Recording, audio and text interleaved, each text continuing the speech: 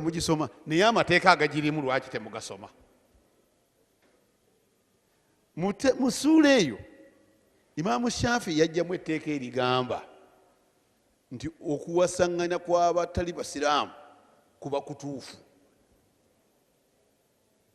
kubanga bwe basiramuka bonna ne basiramuka obufumbo bwe butambula butambuzi ne bugenda mu maaso.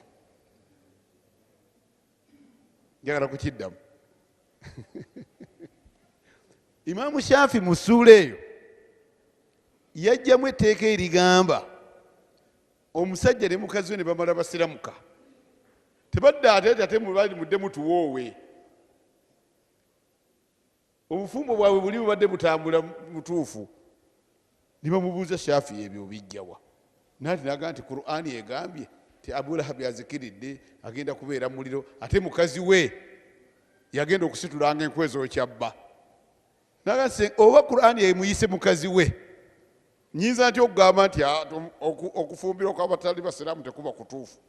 Kuba kutuufu era bwe basiramuka kugenda mu maaso. Kati entegeera eyo okujja mu mateeka, omulala naga nti nedda tubiddemu.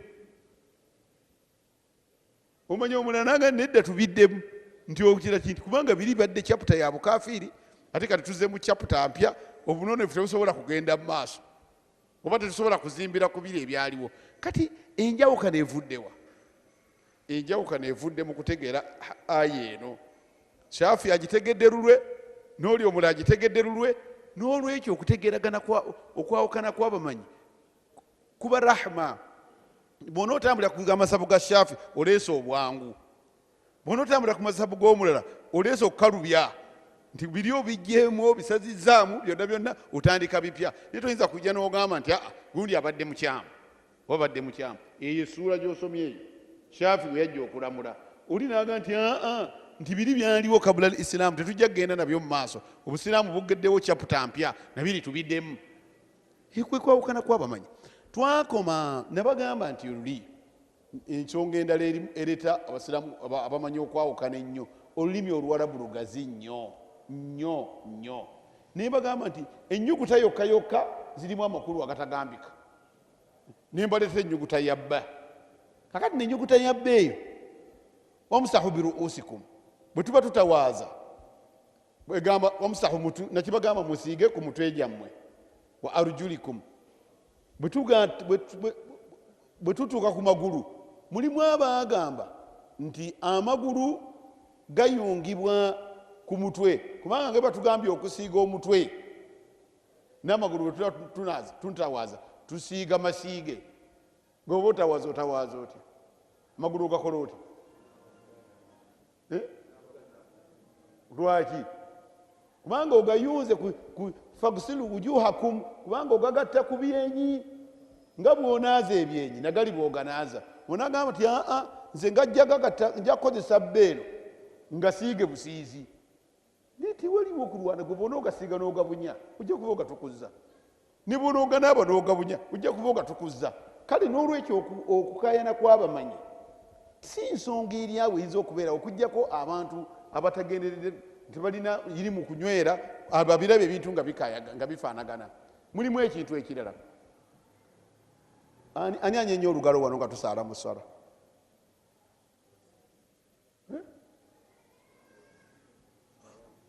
Ani atajeenya? Ekyo kiva ku ki? Kiva ku makulu gabbe. Lwaki abamanyi ono atwala kino n'atwala kino? Kiva ku kuvunula hadisi n'amakulu agali mu harufu ya bbe. Waliwo hadisi bagita hadisi ya Wa'il ibn Hajar. Wa'il ibn Hajar ye yasinga okwogera hadisi eraga nabbi nga bwe yali asaala. Agenda n'agamba nti faraaituhu, ne mulaba Rasulullah yuharrikuha ng'aginyeenya, yad'u biha ng'asaba nayo. Kakati hadisi yetegeeza ki?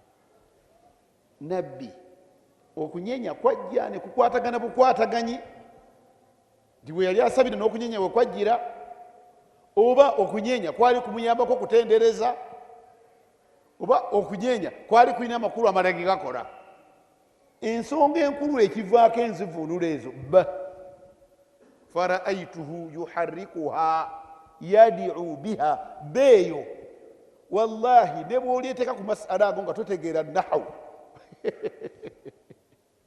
nga totegeera nahawu oba nga totegeera gurama y'oluwarabu oba nga totegeera usulu lfikhi ebikolo by'okutegeera fikhi tosobola kukivuunula era ekyo nkibalekeraawo naye amadhabu ga imamu shafi ku ekyo kagamba nti hadisi eri egamba nti faraaituhu nemulaba yuharikuha ng'aginyenya yadiu biha nawawi mu kitabu kyekiyitibwa almajmu yagamba nti okunyenya ono kwayogeraku kwe kunyenya kw'okusituka engalo si musumaali nti gujja lumu bwe pu negwekola guti gwenyenyezaamuwa musituliramu engalo yo tivi gwe gwewa tivi njagala tukwate engalo yoyoyo ng'aginyeenya oyo ng'agisitula dda gizeeyo kakati gisitule mwali mulabye omupiira nga babazaayizayo mabega slow move nga balaga golo bwezze kyekimu kyenyini majimu sharh almuhabs kyagamba nti okunyenya kuno okwogerwako kwe kunyenya ng'esituka kati olw'okuba eno eyanguwa n'esituka busitusi okunyenya tekulabika naye ng'oli yagiziza mu tv slow move ojja kugirabanga ejja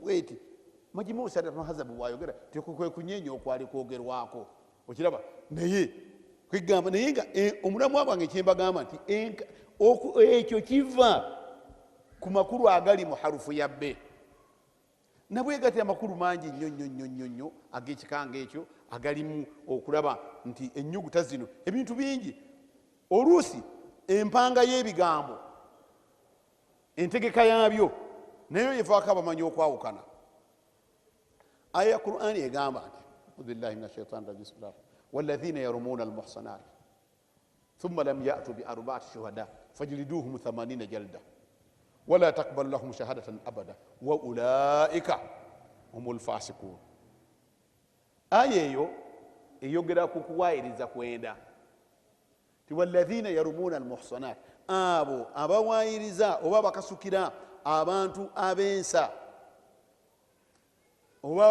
oba abafumbo abensa oba bafumbo walladhina yarumuna almuhsanat thumma lam ya'tu bi arba'ati shuhada oluvanyuma ne batateeta bajulizi nti bayenze abantu bakasukirira abantu abensa oba abantu abafumbo nti bayenze thumma lam ya'tu bi arba'ati shuhada ate ne bataleeta bajulizi bana fajilduhum 80 jalda mubakube emboko 8 wala takbal lahum shahadatan abada era temuddanga yokukkiriza bujulizi bwabwe wa ulaika humul fasikun era abo bebonenefu olaba walladhina esentesi zize zegatta esose walladhina yarumuna almuhsanat eyo sentesi thumma lam ya'tu bi arba'ati aba bakasukira abantu obwenzi oluvanyuma ne bataleeta bajulizi bana walladhina yarumuna almuhsanat fajliduhum 80 jalda mubakube emboko 8 nayo sentesi wala takbal lahum shahadatan abada temuddange okukkiriza obujulizi bwabwe nayo sentence wa ulaika mul fasikun era bononefu eyo nayo sentence ziri meka sentence ezo ezigenze zegatta netandise kantuddemu walladhina yarumun sikakizamba lirako walladhina yarumuna almuhsanat emu thumma lam ya'tu bi arba'ati shuhada fajliduhum 80 jalda ولا تقبل لهم شهادة أبدا وأولئك هم الفاسقون mulaba eyayemu erimu sentensi 5 Qur'ani kunkome negamba nti illa alladhina taabu kakati ku 5 ziri kikyejjuluddemu ejjuddemu kisembyeyo oba byonna nga bwe tubadde tubibala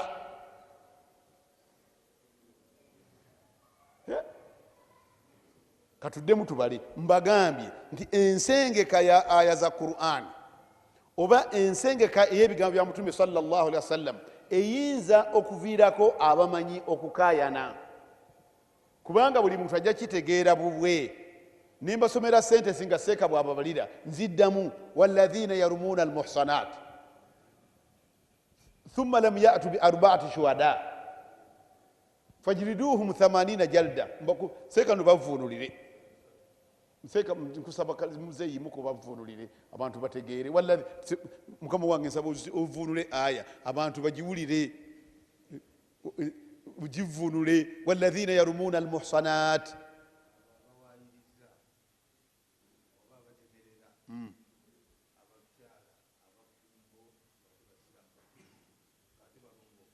ثم لم يأتوا بأربعة شهداء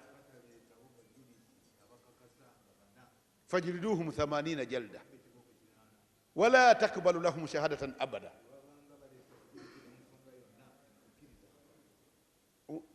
وأولئك هم الفاسقون. إلا الذين تابوا kakati wewali oluyimba abenenyeza muki illa alladhina taabu bwe bataaba nga tukiriza shahada yaabwe oba tulekawo ekyokubakuba kyekivaawo. Kakati abamanyi bayawukana kulwa nti eno okujjula kuzze ku kino ekisembyeyo kyokka ekya fisiki bwononefu bwe bibafuddeko naye biri bisigaddewo. Kakati ekyo kyokumanaga nedda byonna bivaawo. Naye ng'ensonga eva ku ki? Ensonga eva ku nsengeka y'ebigambo ne bireetera abamanyi okwawukana. Kati bw'olaba abamanyi baawukanye, saagala okitwalira kuno okwawukana bino, gundi akaayana ne gundi ku bino, gundi akaayana ne gundi ku bino. Kakati ebyo bwe bityo, naye nga twogedde ku aya eyo, kale mulimu aya eyo tugiwulira abamanyi abamu bagimanyi okukaayana n'ategeera aya eyo mu nduli nti buli awaayiriza munne oba awaayiriza omukyala oba awaayiriza omusajja tubakuba embooko 8 era tetukkiriza bujulizi bwabwe era abo boononefu. Naye ate waliwo embeera endala ng'omusajja yeerabidde mukazi we yalowooza oba yayogera nti mukazi we yayenze oba bba yayenze. Aya endala nejja nti walladhina yarumuna azwajahum walam yakun lahum shuhada illa anfusuhum anti fasaharat ahdi billah annahum min as-sadiqin.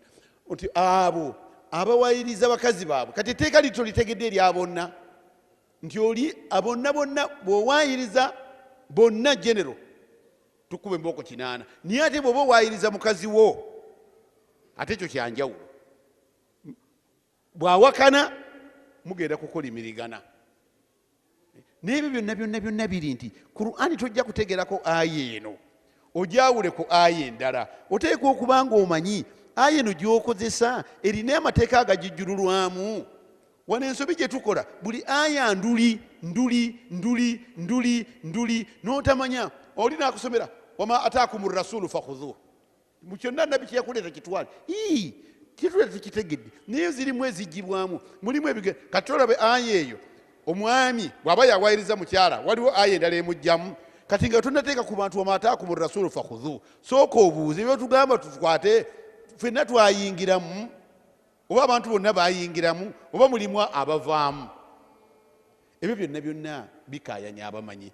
Naye nga tujjuliriza ku kantu ako katugambe nti senga abasajja bazze wano, senga wabaddewo embeera abasajja ne bajja nga bali 4 ne bajulira nti gundi bamulabye n'omukyala mu kisenge kino, naye ate bagenza okuleeta obujulizi buli muntu asonga ku nsonga nti wabalabye nti nabalabye mbwa abali mu nsonda eri, tiwabalabye nabalabye tiwa abali mu nsonda endala, wabalabye nabalabye nga bali mu nsonda endala. Buli muntu n'alaga ku nsonda ye. Ekyo kiba kiraga ki? Kiba kiraga nti balimba, kiba kiraga nti obujulizi tebukutte, kiba kiraga nti oli alaga nsonda eno niyo alaga nsonda eri niyo alaga nsonda eri, obukiri bujulizi babulimba. Naye abamanyi bagenda ne batwala ne baga nti nedda tye obujulizi buganyi nina bano balina kye bakoze gwe kibeegaliza bo bokka mu nnyumba bokka babiri babadde bakolamu ki tutegedde kale obujulizi bugaali naye bo mu nnyumba bakolemu kale tubakangavule nti mwakoze kikyamu kiri kitulemye naye katubavunaaneyo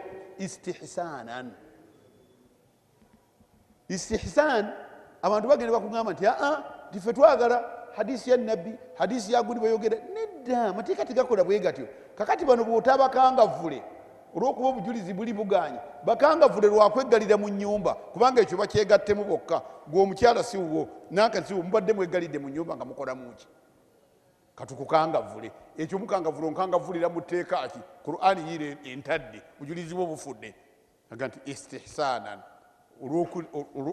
embeera y'obuntu bulamu ewaliriza tukukangavule umegaliddemu lwaki naye tewaliwo hadisi tewaliwo aya ejja kukikola ekyo naye abamanyi waliwo kye bayita istihsan nti omuntu ayinza okulaba naga nti okusinziira ku mbeera z'abantu n'okusinziira ku naka ekintu kino kijja kukola mu ddiini ekyo kikola era kitwalibwa etteeka nze ndowooza awo we tukomekereza tubadde tujjuliriza bye twansoma tuli ku bintu ensonga ezikayanya abamanyi era kandowooze nti ezo muzimaze muzitegedde bulungi eyo topiki kanjijjewa omusajja yali wano seekalo nasomesa luli n'abuuza ekibuuzo kye yankubidde essimu nti nagaana okudda mu kibuuzo kye yankubidde essimu nti shariya eramula etya abantu okgenda e Namugongo ku bajulizi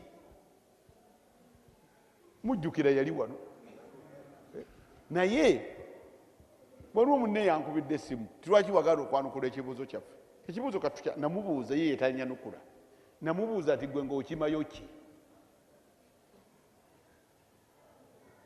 kakati kye nali ngobera mu kubuuza ekibuuzo ekyo tutegeere enniya ye n'ekigendererwa ki ogenzeyo naawe kwesinza ekikututa ekifaanagana n'ekyabali kubanga bali bagendayo okwesinza ekyo ddiini yaabwe balina eyaabwe naffe tulina eyaffe naye gwe oyinza okugendayo ngaogenze kulambula e Namugongo waliyo ki si haramu ng'ogenze enniyayo ogambe kiki ekiriyo nga tolabanga kyansonyiga omusajja omukulu nga kufa ababeera n'ebweru oba nababuuza ewange nze nali eyo Iran nendaba nesisinkana n'ambasada wa Zimbabwe nababuuza ewamu waliyo ebintu bikulu nnyo e Namugongo nyumiza ku Namugongo mu butuufu nga sigendangayo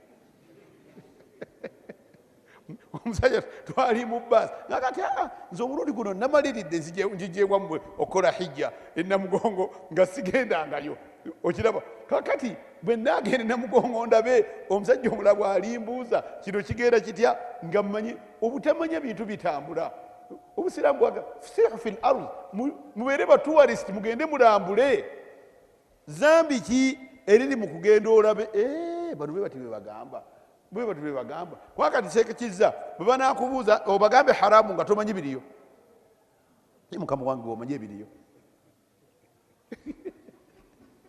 kakati omusajja yambuuza ng'ewaabe bakitwala kintu kikulu nnyo era beegombesa balinganga ffe abalina wano Kaaba nti abantu bajja bahaaji ne bajja naye nga simanyi biriyo kakati ogendayo okuyiga ebiriyo olyoka obyogereko oba obitegeere kirimu zambi ki naye ate waliwo abateekamu ensonga endala nti waliyo n'abasiraamu abaziikwayo oli n'agendayo ng'enniya ye yagenze alabe entaana y'abo bamuuminiina abo bwe baziikawo ate ekyo kiba kigenze mu sunna kubanga nabbi sallallahu alayhi wa sallam yagamba kuntu nahaitukum an ziyarati lkubuuri ti nali mbaganye okulambula entaana ti ala fazuruha fa innaha tudhakiru lakhira ti akati mugende muzirambule kubanga bw'olaba entaana ojjukira okufa ti ya rabbi olugudi yebaka wano waganidde bukya bamuteekawo tazuukukanga oli bwagendayo nenniya eyo tiagende alambule bamuuminiina nayo nniya ekyo oli bayinza okuba tagendedde nenniya yagenze yakukola ssente musajja atunda ice cream musajja atunda soda musajja atunda mazzi abantu bakuŋŋaanye ng'omugamba nti gonti omujja kugenda kutunda mazzi haramu bantu bakuŋŋaanye ngale bakuŋŋaanye nakivubo ge bakuŋŋaanye ewala kati oyinza omuga togendayo n'olwekyo ekibuuzo ekyo nze ndaba nti okwo kwe kukyanjuluza okuteeka omuntu mugere naye ekikiramula kyonna kyonna niya yoyo nnyini kyo ayagadde okikola.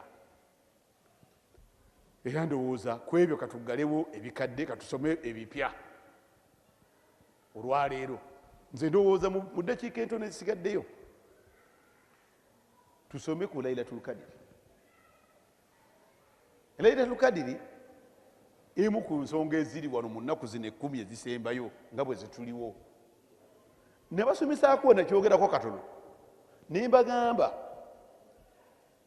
nti shahru Ramadan alladhi unzila fihi alquran, eyo aya ti omwezi gwa Ramadan mwakira Quran, ti aya eyo bw'ogisoma erekayo ekibuuzo mu bwongo nti Quran yakka mwezi gwonna. Kakati aya endala eri mu surati Dukhan nekyanukula negamba nti inna anzalnahu fi lailatin mubaraka, nti Quran twagissa mu kiro ekyomukisa. Era nayo bwejja ate nayo neretayo ekibuuzo ekirala, kikyo ekiro ekyomukisa ate kyekirwa. Essura endala nejja nekigamba nti inna anzalnahu fi lailatil qadr, nti ffe Quran twagissa mu kiro kya Lailatul Qadr. Eyo nabagamba nti eyo lyeddaala ekkulu mu kuvunula Quran. Quran okugireka yeevunula eyo yennyini.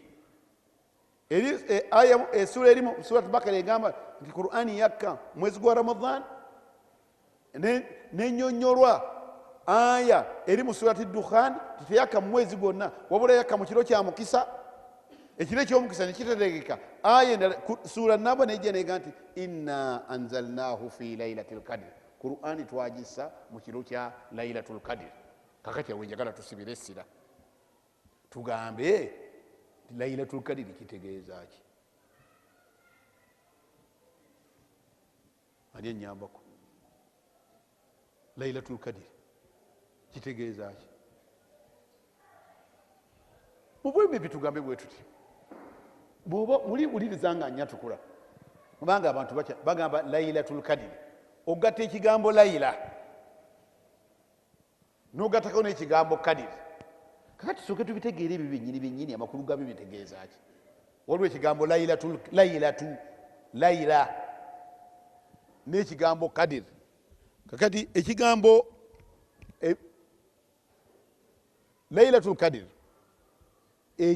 ekigambo Laila kitegeeza kiro, ekigambo Qadr kirina amakulu mangi.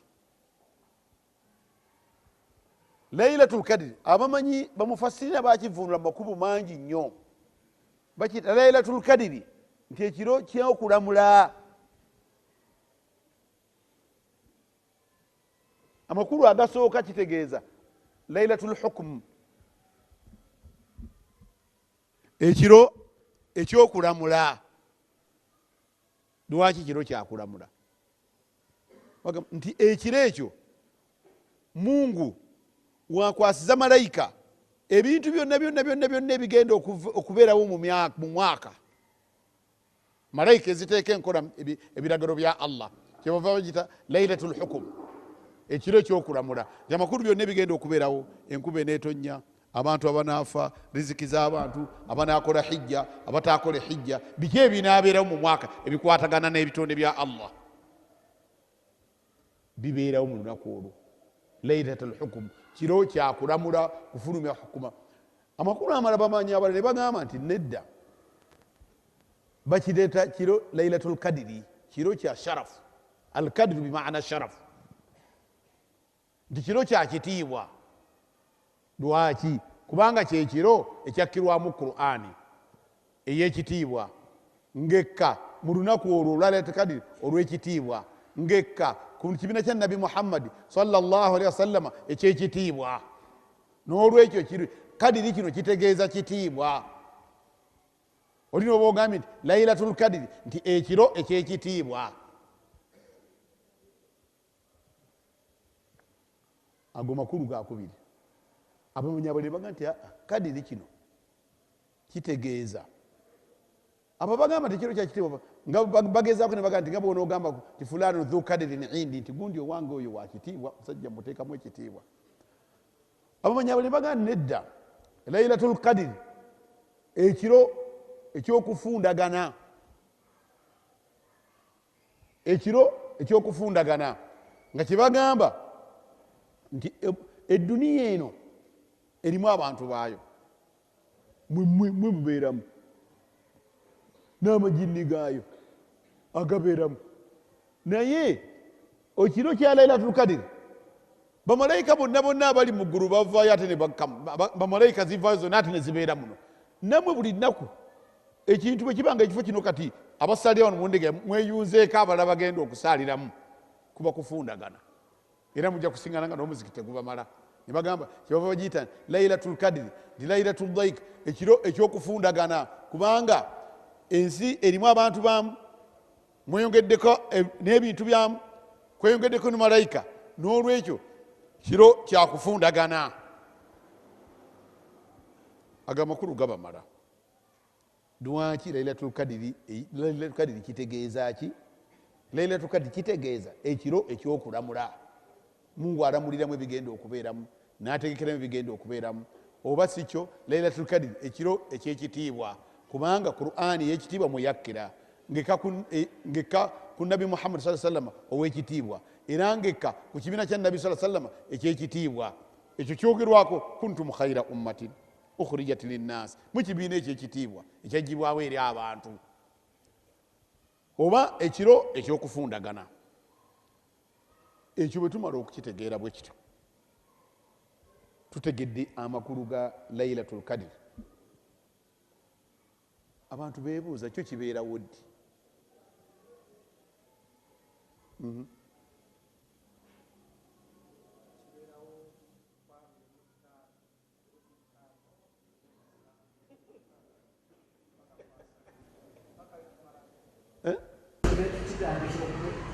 waliwo kibeerawo nga tutandika ekisibo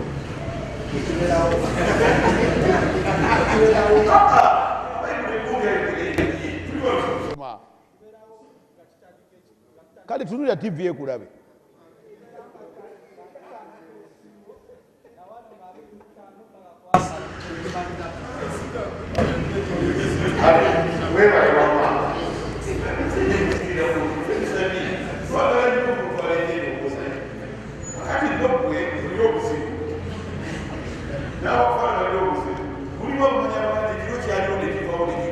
tekigenda kukomawo era n'omulimu ogwakkirwamu Qur'ani wakyaliwo Qur'ani ekyakka abamanyi be batya balala be bagamba ekiro kyajja nekikola obwamu omulimu gwe mutegeera Qur'ani nekka nebalekera nekigenda kudda kati gwe nobagamba otya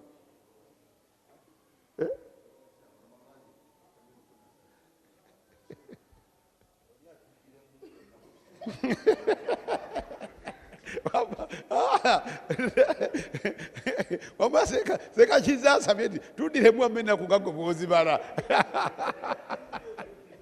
kakati mulimu abamanyi ebirowoozo abamanyi balina ebintu bibiri abamanyi bagamba abamu bagamba nti ekiro kyaliwo ne Qur'ani nekkiramu era nekiggwa era tekikyadda kyagenda kubanga Qur'ani yakka ate ogenda kuleetayo Qur'ani endala inna anzalnahu fi lailatil qadr ekyo nekiba kimu abo ne bagamba nedda ekigambo ekituufu ekigambo kyabamanyi abasinga obungi ti nedda era abamanyi beegatta nti ekyekiro kiri mu Ramadan mu nnaku 10 ezisembayo naye kyekirwa basekera omusajja wange wama byogera bituufu obuzeeko kugamba bugambe nti abamanyi bagamba nti kibeerawo mu nnaku 10 ezisembayo ate mu nnaku ez'ensobi nga 21, 23, 25, 27, 29 zinnaku ez'ensobi ezirimu. Nalabye nga sijja kugenda buli kigambo kukiwa ono ayogera bw'ati agambye 21 yesimba kuki, agambye 23 yesinza kuki, agambye 25 ayogera kuki, agambye 27. Nalabye nga bigazi nnyo okiraba nembagamba nti kamba kumira ennaku ezo nga bwe ziri, naye abamanyi jamuhuru esinga, abamanyi abasinga obungi bagamba kibeerawo ku lunaku olw'27 era kikyaliyo. Lwaki tugamba kikyaliyo? Hadisi eri mu Sahih Bukhari ne Sahih Muslim. Aisha yagamba Mutume sallallahu alaihi wasallam nti araaita law raaitu lailatul qadri law hiitu lailatul qadri famadha aqulu, tiwabaye Mutume sallallahu alaihi wasallam bwe naaba ndabye lailatul qadri nayogera ki? Senga kyali kyaggwawo ng'oli aga nti byagere ne biggwa, nabbi teyali muzeemu, namugamba nti kuli Allahumma innaka afuwu tuhibbu al-afwa fa'fu anni. Bwatu hadisi eri mu Sahih Muslim ne Sahih Bukhari egamba Aisha abuuziza Mutume sallallahu alaihi wasallam ti bwe naaba nti njirabye nayogera ki? Nti Allahumma namugamba nti Allahumma innaka afuwu tuhibbu al-afwa fa'fu anni. Kakati nga nkyali ku nsonga eyo, waliwo omu yaŋŋamba ti waliwo abagamba ti oluvannyuma lw'essala okugamba wano nti tahliri ne Allahumma innaka ashhadu la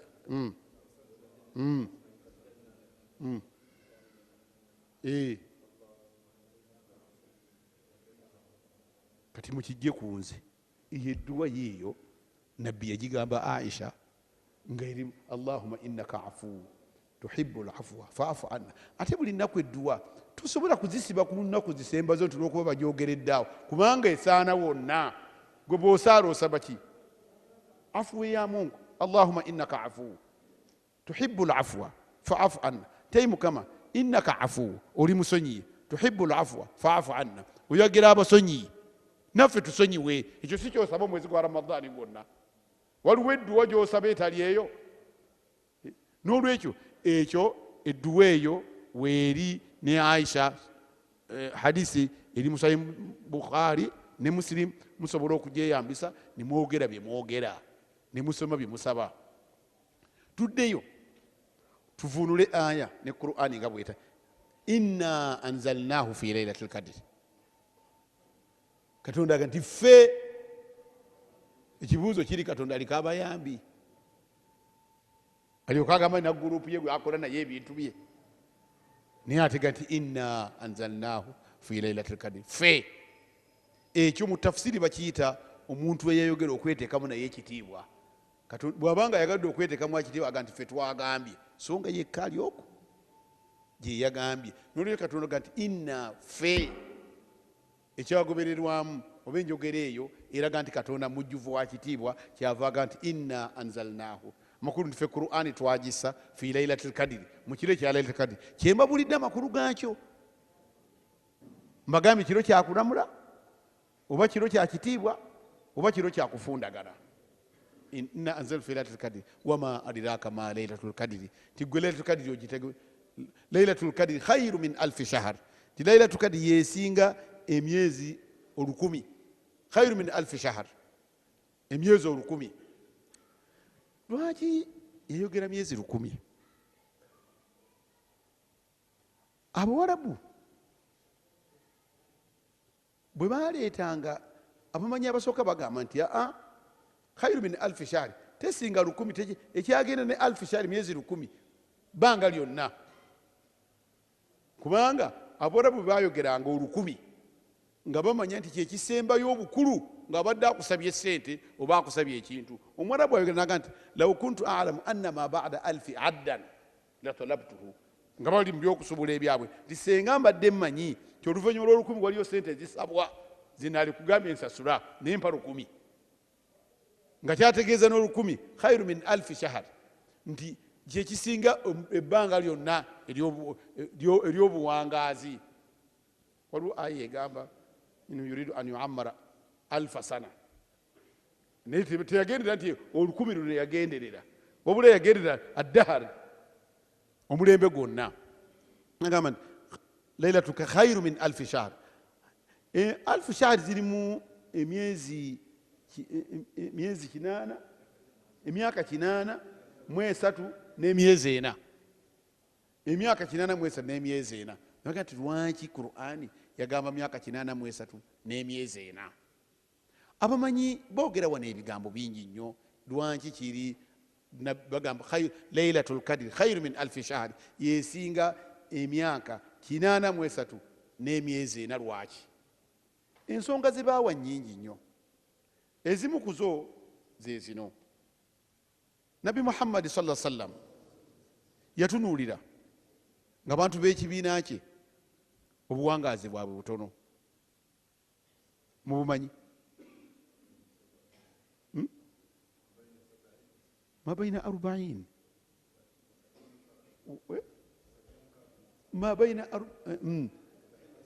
ما بين 60 و 70 kakati nabbi saa sallam bwe yatunulira ekintu ekyo nekimuyisa bubi ng'alabanga ekibiina kye tekigenda kutuuka bali abantu bawangala myaka meka 1000 nuhu yawangala emeka maka inni da'awtukum yalimu myaka meka 50 myaka mingi kakati nabbi yagenda okutulira ng'ababi bawangala 60 ne 70 nekimuyisa bubi naga nti ya rabbi b'abantu bange balikola ddi emirimu egiri batuusa ku kwenkanankana n'emirembe egyayita kakati mungu kwe kumusasulamu ekiro kimu nga kyenkanankana ziri emyaka 83 abalala ne bagamba nti nabbi sala sallama wayogera ku basajja abayahudi abeesinza katonda emyaka egyo 83 nga tebalina ke bamujemedde basahaba ne bakyewuunya nnyo ya rabbi abo nga baali bamukisa emyaka egyo gyonna gyonna ne giwera nga tewali kibajemye tewali kibakoze nabo ne balaba nga kyakusaalirwa kinene okubeera nga tebakirina kakati qur'ani nekka inna anzalnahu fi lailatil qadr kati betugenda mu maaso wama adiraka ma lailatul qadr kiki ekikumanyisa lailatul qadr kyeki lailatul qadr khairu min alfi shahri tanazzalu almalaika ndi bamalaika bakka waruhu fiha nga ne jibuliru mwali kiki ekyo kitegeeza ki jibuliru malaika yakitiibwa jibuliru malaika yakitiibwa mu bamalaika naye bagamba nti malaika zizze ne jibuliru mwali kitegeeza eyo ensonga nnene nnyo era mukisa munene nnyo oguli ku kibeera kya nabbi muhammadi saa sallama okubeera nga malaika bwe zizze ne jibuliru abaddemu waliwo ebigambo bye baayogera okunnyonnyola ti malaika zirina ebika mulimu ruh naye tafsiri eyo tugambye nti jibuliru kyekitafsiri esinga okubeera obulungi tanazzalu malaika ruhu fiha biidhini rabbihim nga bali ku kigambo kya mukama waabwe salaamu nga ekiro kyonna zitolera salaamu abakkiriza ekiro kyonna salaamu mirembe mwerere malaika ziri ezizze zitolera salaamu abalombeddwa nazo zireeta amin kwegamba zikweyungako naawe obeerenga edduwa yekkiriza tanazzalu malaika ruhu fiha min kulli amri salaamu hiya hatta matlai lfajiri bwekityo bwe kibeera paka alfajiri lwetuuka olunaku ne luvaayo nze ndowooza ekyo irimu eyo bwetyo ebamala ku lailatul kadiri era tukomyawo pozi alina kyabuuza kakati dokita lailatul kadiri yonna tugirabye naye kati ntegeera ntya mu kiro ekyo nti kyekiro kyennyini ddala kuba obubonero obumu bwe mutusomesa bulaga misana nti obudde oluusi buba bwakinyiika ggobe naye ekiro wali mmanya ntya nti kati kyekiro kyennyini kino mwendi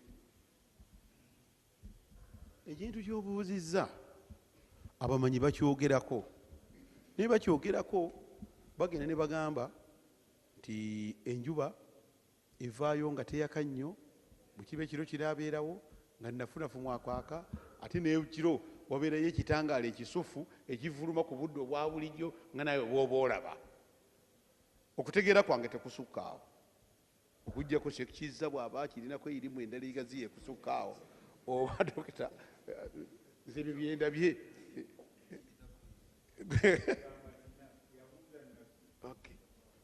manjirabye eŋŋamba ntya ekitegeeza erabika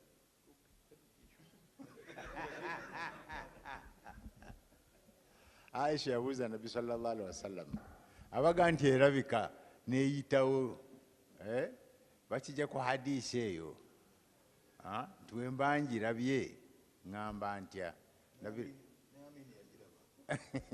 Nabi saa salama n'amugamba gamba Allahumma innaka afuwu tuhibu lafwa faafu anna. Naye nze sigirabangako, tombuuza nti efaanana etya. Okulabika kulabika era nga dokita babagambye, naye ekikulu ng'ono bwabuuza abadde ayagala abeere shuwa. Kakati waliwo ebigambo byabamanyi ebirala ebigamba nti tojja kugiraba ne bwoba oginoonyeza, kubanga Katonda yagyesigaliza nga byabimu ku byama n'ebyamagero by'eddiini y'Obuyisiraamu bye tukkiriza nti weebiri naye nga tojja kubiraba ku lwansonga Qur'ani etugamba nti ala inna awliya Allah la khawfun alayhim wa la hum yahzanun. Mungu alina mu bufu emikwano gye. Njagala mumwe mundage ani mukwano gwa Mungu wano. Ati ngubuseka musisi ya Rabbi mwinna muwala na Rabbal alamin ani mukwano gwa Mungu wano. Abamanyi bagamba nti no olunaku terujja kulabika era tetumanya kyama kya Mungu yakyesigaliza nga bwe yeesigaliza mikwano gye mu bantu. Mikwano gya Katonda mwegiri naye ani akimanyi? Teri agimanyi. Ng'ekyama kiri ekigonde lwaki tekitegeerekeka omuntu agulumiza abantu bonna aleme kunyoomanga bantu. Oyinza okuba gw'onyoma ye waliyo wa Mungu. Era nti Mungu yakyesigaliza nga bwe yeesigaliza essaawa y'okwanukula mu lunaku lw'ejjuma. Hadisi zigamba nti musala lunaku lw'ejjuma mulimu essaawa omuntu bw'agikwata kyasabye kituukirawo naye essaawa ki? Abo ne bagamba wakati wa adhani ne khutuba, abo ne bagamba olunaku lwonna, abo ne bagamba olunaku. Naye ekyamakulu kiri gwe mwana Adamu kusigala ng'onyiikira. Munyazi Mungu akukwatireko eyo oleme kwesiga nti bagambye nti ejja bweti ku lunaku gundi ku lunaku gundi ku lunaku bwekiti. Naye abamanyi bonna basingira kati singa mugendako e Makka Kivulu bonna abantu bali ku 27.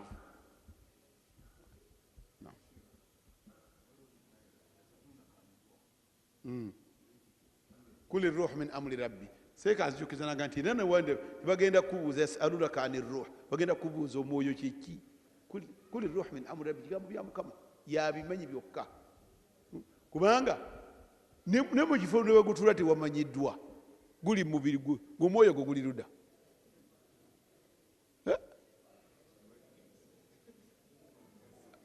Omwoyo gwo guli ludda, guli mubiri luddawo gwe mutima. Nedda omutima ogulaba n'ogulaba naye omwoyo guli mubiri gwonna. Naye nno abamanyi bagiwandikako ebitabo bingi. Waliwo ekitabo kitaabu ruh ekyawandikibwa Ibn al-Qayyim al-Jawziyya. Yakyogerako kiwanvu nnyo. Ayagala okumanya omwoyo n'ebikwata ku mwoyo n'engeri gye gutambula n'engeri gye guliziganya n'engeri emyoyo egy'abalamu gye gyeyunga n'abafu. Agenda asoma ekitabo ekyo kyawandika omumanyi matikirivu nnyo Ibn al-Qayyim al-Jawziyya mwebiri. Era ne aya za Qur'ani nyingi nnyo ezikulaga embeera n'ebitendo by'omwoyo.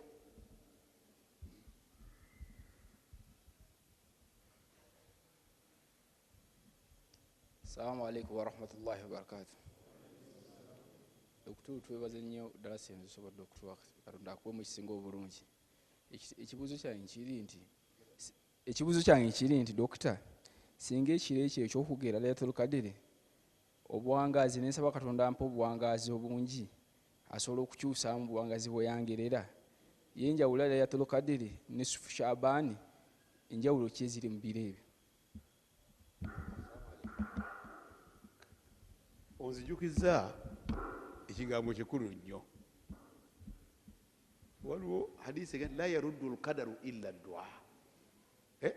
Teri kisu Mungu kiyagera tewali kikikyusaako okujjako edduwa. Seeka waliwo aya yamuhu fil kitab wa yuthbit. Bas musalenyo gisoma ne mu hajji.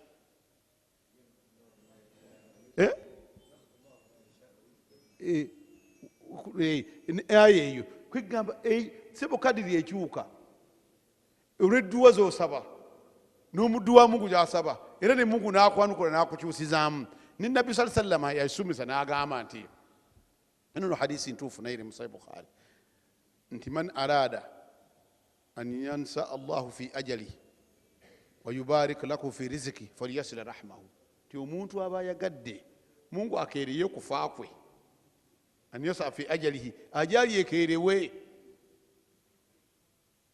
ajali okeerewa kubaawo wamateekwa kubeerawo kiseera kipime olwo noosaba nti ya rabbi banyongereyo an yansa fi ajali falyasila rahma nti omuntu ayagala mungu ajali yekeerewe kwegatejjira webadde eri ne sente mungu aziteekemu baraka falyasila rahmahu ayunga oluganda lwe kati ekyo kikulaga oba oyinza okusaba munyazi waliyo keereya ate waliwo no aya ekyo kijja kuwa walan yuakhira llahu nafsan idha jaa ajaluha ate waliwo egamba nti mungu tagenda keereya muntu idha jaa ajaluha ezo ngenda zikuyongera olunaku olulala mungu ngaataddewo obulamu oli aleme kugamba bwe tuba twogedde kiri atukonagana neeno